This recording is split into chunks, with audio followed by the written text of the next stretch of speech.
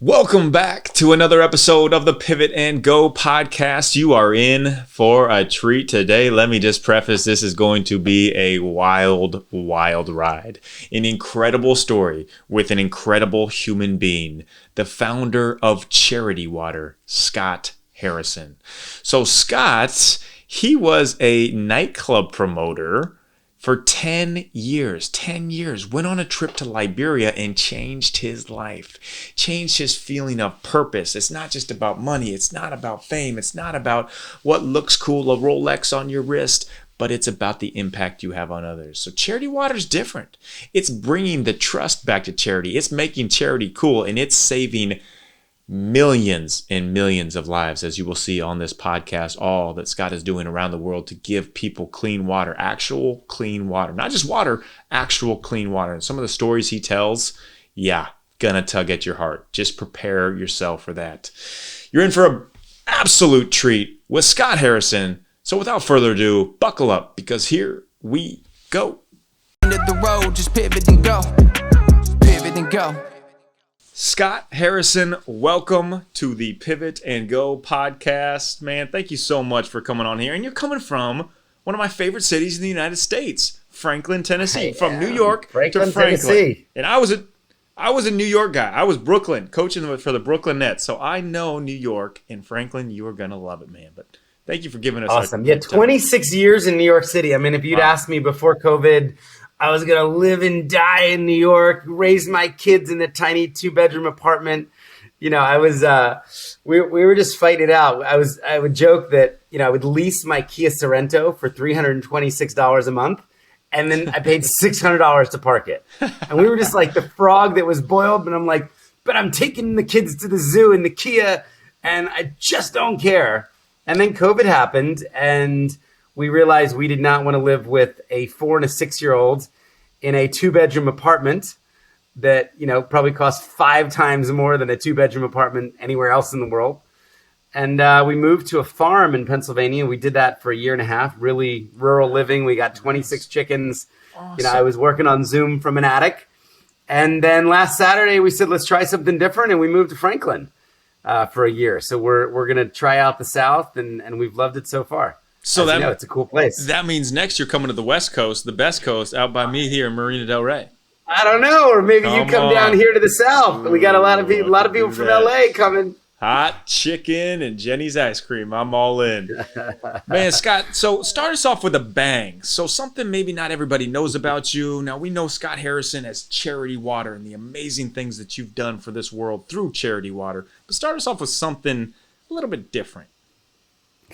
I think I don't really talk about early jobs. I was that kid that wanted to be independent, so fiercely wanted to be independent. And, my parents I don't think they gave me much of an allowance, but they did give me the opportunity to go out and go get jobs. So I remember as a kid selling Christmas cards, knocking on doors, trying to get people to buy Christmas cards. I remember borrowing money to buy a leaf blower so that I could, have a little leaf blower business. And then my first job was actually at McDonald's. And I just remember, I can still feel the grease of the floor underneath my sneakers. Just the kind of standing there, taking people's order at the drive-thru, just sliding around. And, the free food as a teenager, it was amazing. I mean, free milkshakes. It's like my parents can't control what I eat. This is heaven. And then one day they asked me to dress up as the Hamburglar. I don't know if anybody knows this character. And basically, step inside a giant hamburger felt suit. It was in summer. And then go out to this outdoor outlet mall and hand out, coupons or whatever. And I just remember my hamburger would not fit through doors. So I would kind of tilt the hamburger up, at a 45-degree angle and then squeeze through the door and being so hot that day. But it was a great experience. And, whatever that check was, I got to cash it at the end of the week, and it was money I could spend. a little bit of autonomy and independence. I love it, man. Free McFlurries. You get to be a hamburger. Like They didn't have the McFlurry back then. Oh. I mean, if they did, boy, you'd still be there. They did. I'd probably You'd be still diabetic. be there. Scott, on the Pivot and Go podcast, we bring on guests who have been extremely successful, impactful, and I say those words in your own definition of it, but everybody's gone through a life pivot, felt stuck in a situation, and had to make a pivot to be able to be on the trajectory they're on today. Sure. Do you have one, multiple, I know you do, that you felt stuck in a situation, you made that pivot and go? Yeah, man. I mean, there was a moment. So I moved to New York City at 18 and I became a nightclub promoter. I worked at 40 clubs over 10 years, chasing models around the world, spraying bottles of champagne from the DJ booth. It was, the life that I thought I wanted, which was fame and celebrity and partying and experience, and got my life to a point where I drove the BMW. I wore the Rolex watch. My girlfriend was on the cover of fashion magazines. We would go to Paris and Milan and, Buzios, Brazil.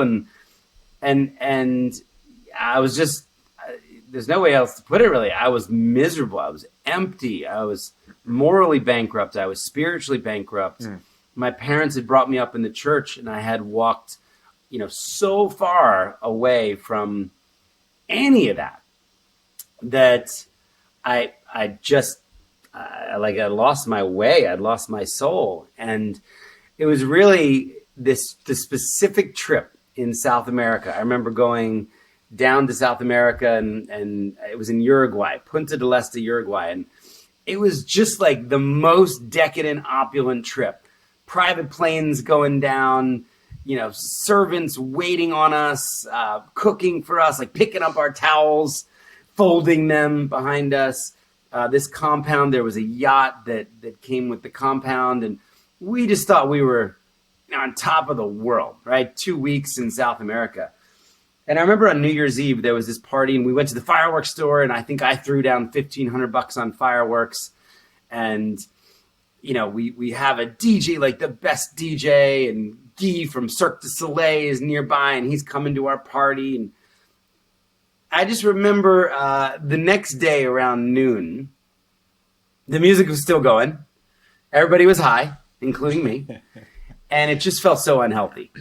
And it was like I wanted the music to stop. That's the best way. Like I wanted all of the music of my life to stop. Like all of the the bad music. And I just realized in that moment there would never be enough. There would never be enough girls. There'd never be enough money. There'd never be enough trips. There'd never be enough fame or status. Somebody would always have more, better of all of it. And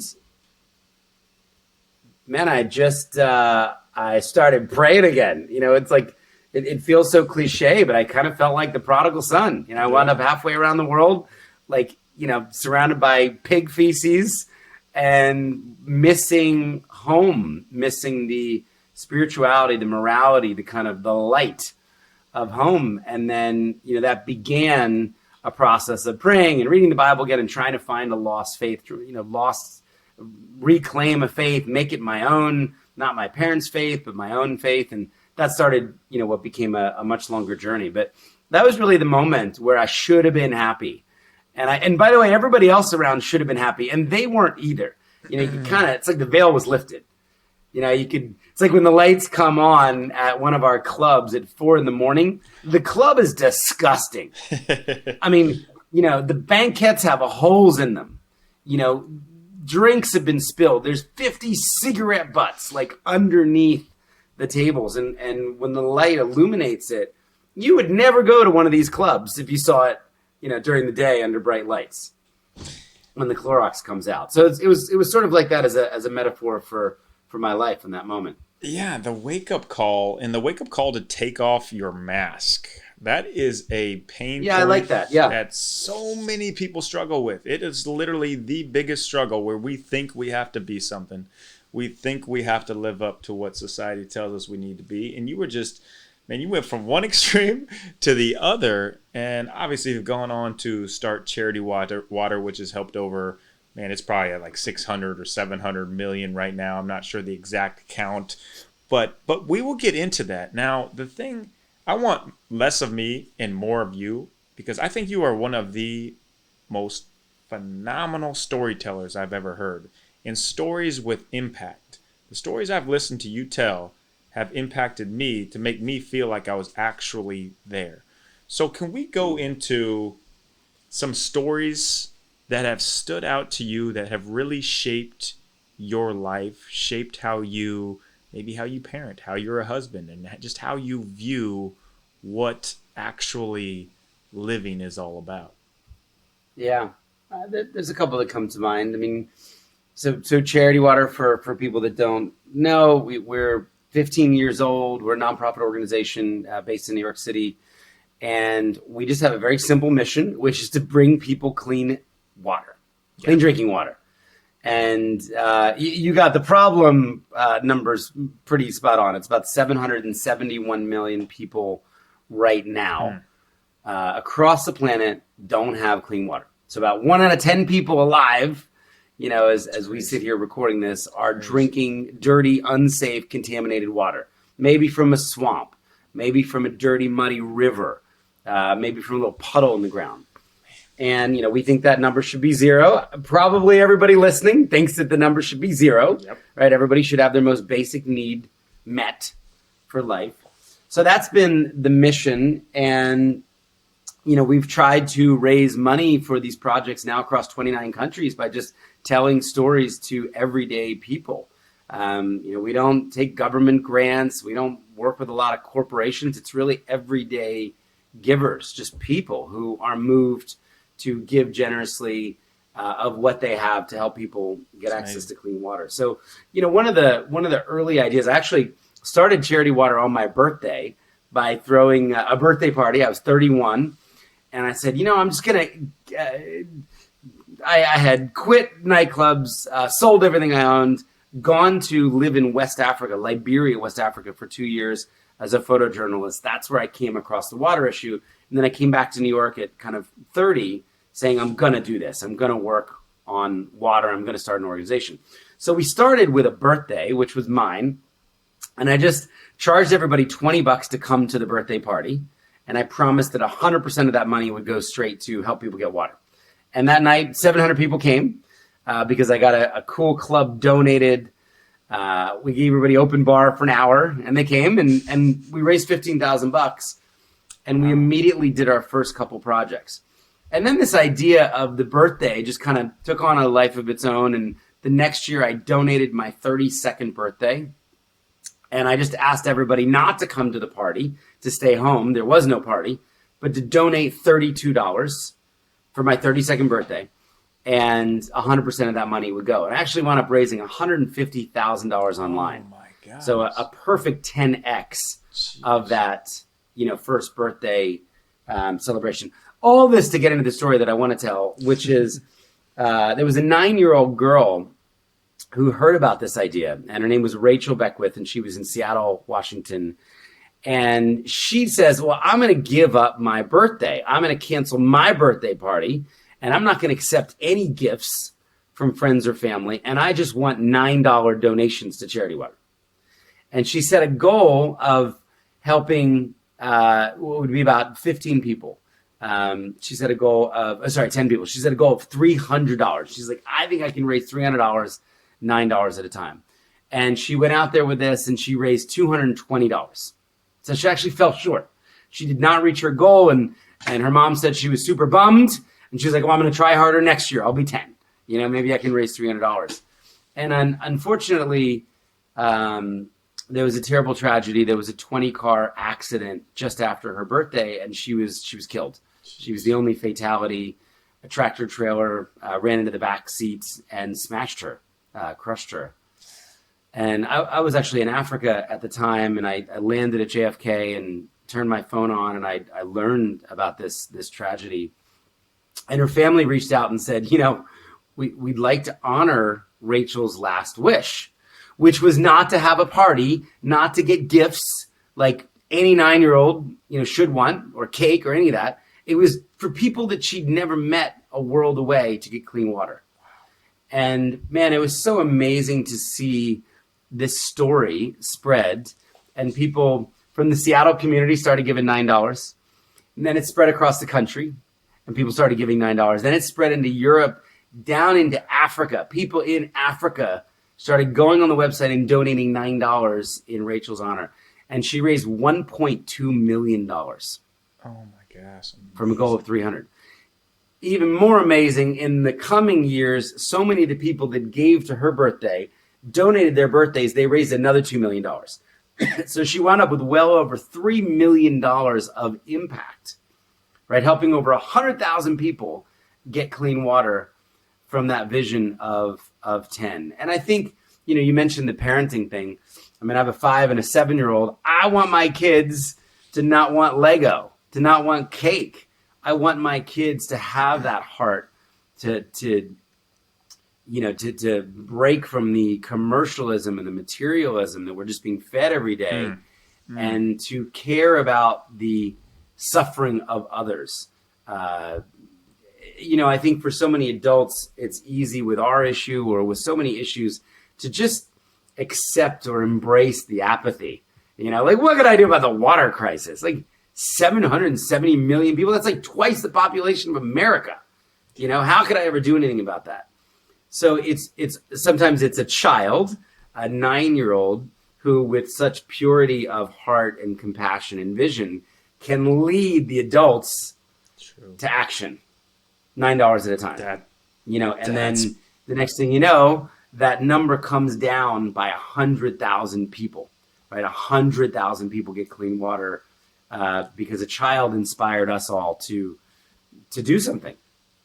What an impact. A 9-year-old showing us the impact that we can all have. I mean, that spiraled into, I know his 7-year-old raised 22,000 and Will Smith is on board. And you've got all these types of people on board because one kid made this decision. Sure, she had tragedy strike, but that type of impact we can all have. And the thing is, a lot of us feel like we have to be in there. Like you have to go there to have the impact. You don't. And you can just seeing these type of stories and the real life experiences that you have been through and the stories you're able to share and tell, show how real it is. Like the story of the lady spilling the water that I heard. Yeah. You got to tell that. I don't know that anybody's ready for that. You know what? They might not be, but they need to hear it. So this story you're talking about, this is probably 8 years in. And, I was just missing I was doing so much fundraising and CEO stuff, hiring, managing the team, that I was just feeling a little disconnected from the work. And I've now been to Ethiopia 31 times. I'd probably been 15 times then, and it was just a country I loved. It was our biggest country of focus and impact. And I'd been up in the north, and I'd come across this. I was staying in a hotel, a really cheap $5 a night hotel. And the owner recognized me as being with Charity Water and tells me the story of a woman in his village where he grew up, which was a very rural, remote village, who used to walk with all the other women 8 hours every day for dirty water. Bro, not even for clean water. Like, imagine walking 8 hours, 4 hours out, 4 hours back for dirty water. And he said one day after this walk, the women would walk with clay pots, that yellow jerry can that you probably have seen in some of the marketing or whatever, hadn't even been invented yet or ubiquitous. So they were just literally wearing these clay pots attached to their shoulders with rope, and would hunch their backs, and they're walking in the hot sun. Anyway, he said at the end of an 8-hour walk, this woman slips and she stumbles and she falls and her clay pot smashes and 8 hours worth of water spills out into the dust. And he said she did not go back for water. She took a rope, the rope that had tied the clay pot to her back, and she tied the rope around her neck and she climbed a tree and she hung herself. And he's like, this happened in my village. And he said, the work that you're doing here in the region is very important. And I remember the dude just walked off into the kitchen. Wow. Drop the bomb and then leave. And I remember just processing that in the moment, thinking not true, like check Snopes, right? Wives' tale, that, just kind of go tell the foreign aid worker a shocking story to make him feel good. But I don't know, it nagged at me. And about a month later, I wrote our partners and I said, hey, this guy's from a village called Maida. Would you mind just going out there and checking out this story? Is this really true? Did this happen? And, a really trusted friend and partner said, yeah, I went out there and it's true. And her name was Letakiros Hailo. And then, long story short, I went to go live in the village for a week off the grid. I just wanted to kind of experience life there. I wanted to walk in her footsteps. I wanted to do the 8-hour walk. I wanted to meet some of the other women. I wanted to see if anything had changed since her suicide. And, the craziest thing was that I didn't know this heading into that village. And by the way, I had to hike like 13 hours or something, like just to get there. It was really remote. She was 13 when she died. So I had imagined this was a woman towards the end of her life. This was a 13-year-old kid, a 13-year-old girl who was walking for water and just in the desperation of the moment. And I'll never forget interviewing her friend who walked with her that day and was still walking to the same nasty spot for water. And I was like, I'm talking through a translator. I said, why do you think she did it? Why didn't she just go back for water the next day or go get another pot? And her friend said, she was such a remarkable girl that the shame of letting her family down was probably too much for her. Because she had not only wasted and spilled the water, she had broken the clay pot, which is a valuable asset to the family. Call it $3 or $4 to go and replace. And it could be a week's worth of wages. And, she just probably couldn't face her family knowing she had let them down. Now, how many times have you tripped and fallen this week, right? Like, I'm the clumsiest guy ever. I'm spilling things all the time. And that just hit me that, that a child born into a situation, I was born into a middle-class family in Philadelphia, always got to go to school, got to go to college. A girl born into a village like this was born into a system of despair and extreme poverty. And that I had to go and work extra hard to make sure 13-year-old girls weren't spilling their water and hanging themselves from trees. Man. Or were never in that situation again. So it was really driving and animating for me for many years and, even to this day. Scott, as heavy as that is, it is twice as impactful for us all to hear. Like, we can make a change. We can help these people. We are born into these extremely gifted, like, we get to talk on this podcast. We get to go eat ice cream, do whatever. Like, we're not worrying about life or death or walking 8 hours just to get water. What we have to realize, and you do such a great job of this through the impact that you have, the storytelling, the trust that you brought back to charity, is that nothing is ours. Nothing is ours. You're giving back 100% of everything coming in. Nothing is ours. It's all a gift. God has given us this gift. Why are we to keep it for us and not share with all of God's people? So, man, I just wanted to just thank you for doing that and just being different, doing things differently, bringing that trust back to charity. And there's so much, Scott, that I could talk to you about and want to ask you. And I'll come to Franklin, Tennessee, so we can hook up and I'll ask you in person. But as a very driven person of making impact, you feel a weight on your shoulders, like, I have to do this. Like, it is my calling. I have to do this. How do you stay so hungry and driven, have what I've heard you say, 80 flights a year, just traveling all over the place? How do you stay content with where you're at and make sure you keep time, the most important time, for the most important people in your life? I feel like there's 5 questions in there. There's a lot. All of those to tease out are a little bit different. I mean, staying connected to the mission is challenging at times.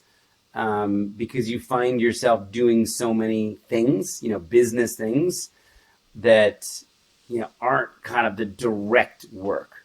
So I've tried to make sure that I'm always in the field, every kind of 3 or 4 months. I'm in India, I'm in Bangladesh, I'm in Cambodia, I'm in Malawi.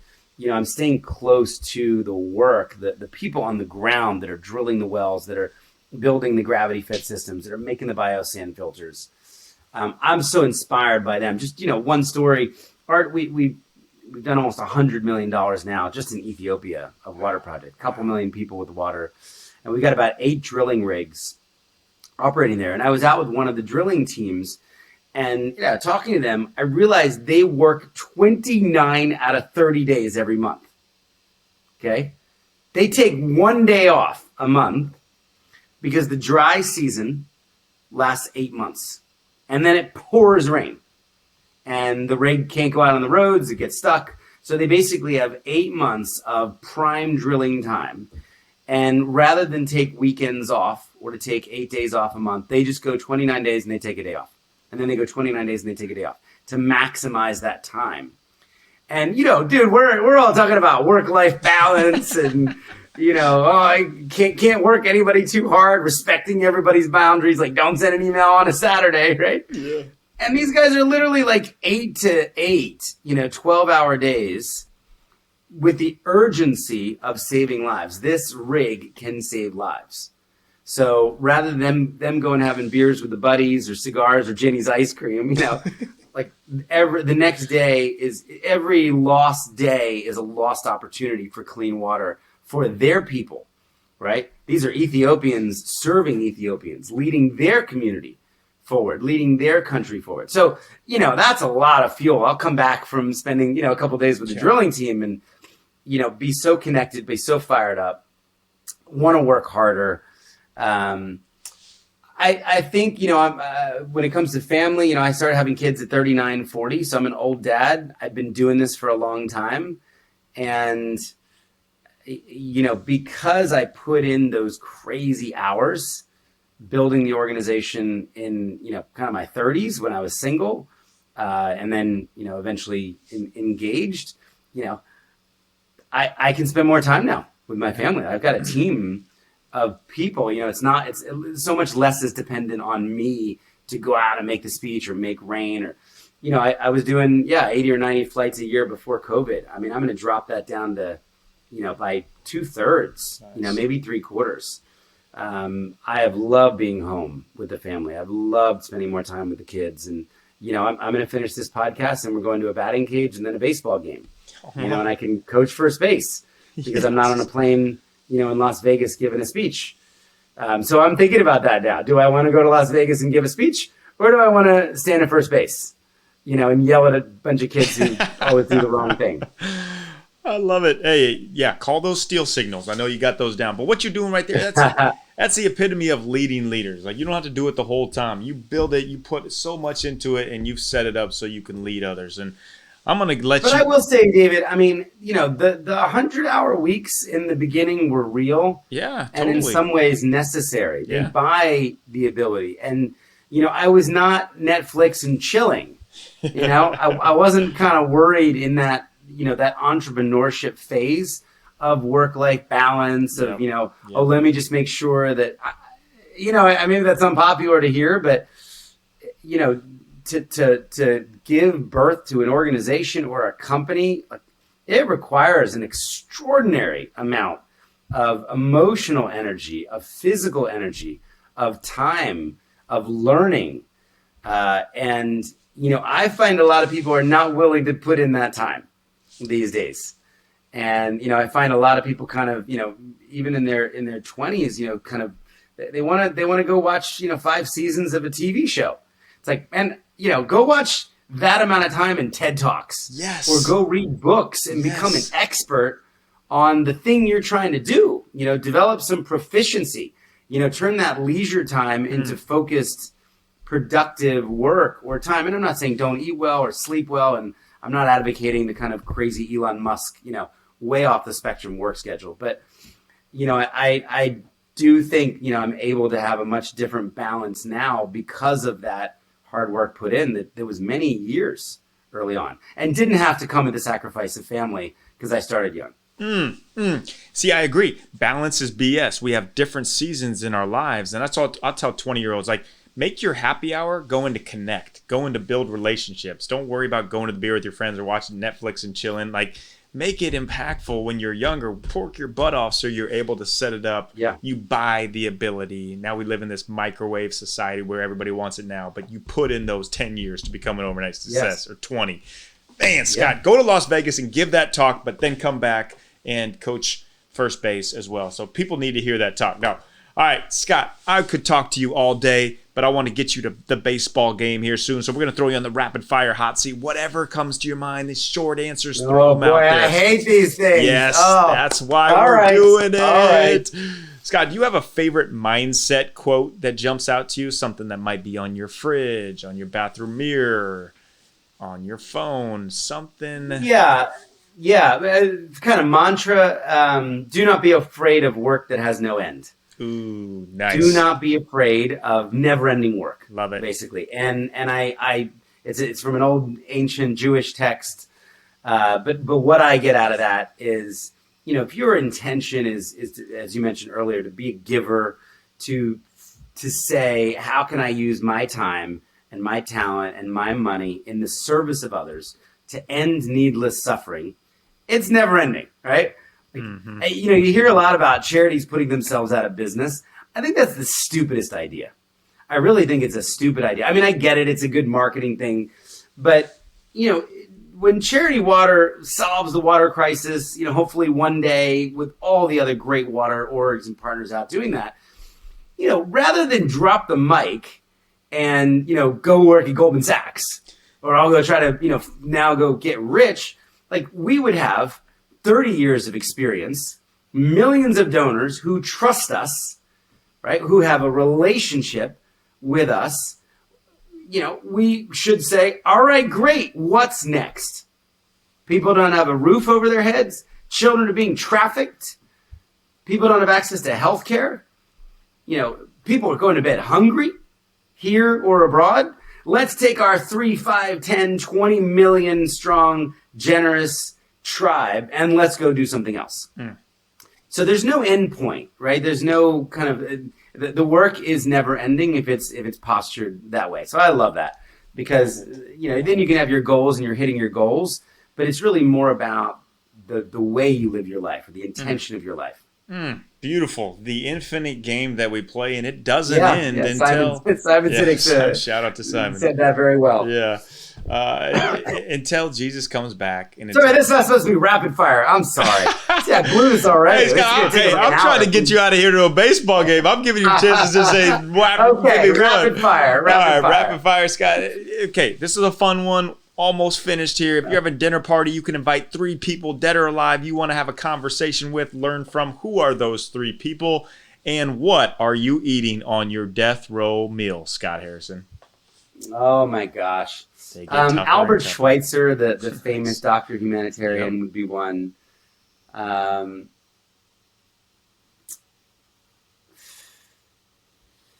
be. It would have to be an early inventor, maybe like a Ford.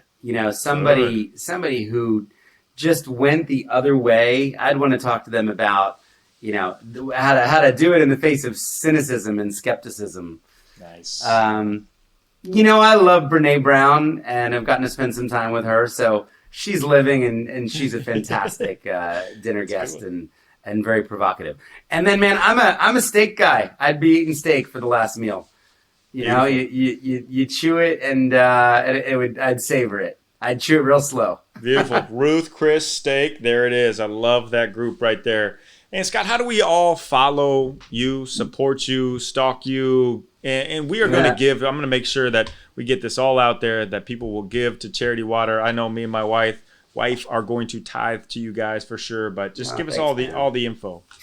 Yeah, listen, I think the number one way people can get involved is called The Spring. You could go to thespring.com, and it is our community of people who show up every month giving a little bit of what they can. So think of it as Spotify or Netflix or Amazon Prime, except you don't get free shipping, you don't get music, you don't get movies, people get clean water. And, just it sounds crazy, but it only costs $40 to get one person clean water. It's amazing. And Charity Water for 15 years, 100% of all donations go directly to the field, directly to the projects. We raise all of our overhead separately from 100 families. So all the staff salaries, all the flights, the office, all that is covered by 100 people. So we started the spring. I was actually with the founder of Spotify in Ethiopia, and he's like, dude, you got to get a bunch of people excited and then just keep them with you, right? Build on this community of people. You don't want people to drive by once and give you $50 once and then never come back. You'd rather have them give $10 a month or $20 a month and get engaged and learn about the issue. So, I would say, rather than following me or any of that, check out thespring.com. There's also a video on that website that's gotten 60 million views. So if you wanted to just share Charity Water and our story with other people, if you can't give at all, but maybe you know somebody that could and would be inspired by this, who could care about clean water, just find that and send a page to somebody and say, check this out. So that's the future. I think that's how we grow. We've got 75,000 Spring members across 149 countries. And people give an average of $30 a month. So it adds up into this huge impact. It's 2 Netflixes a month.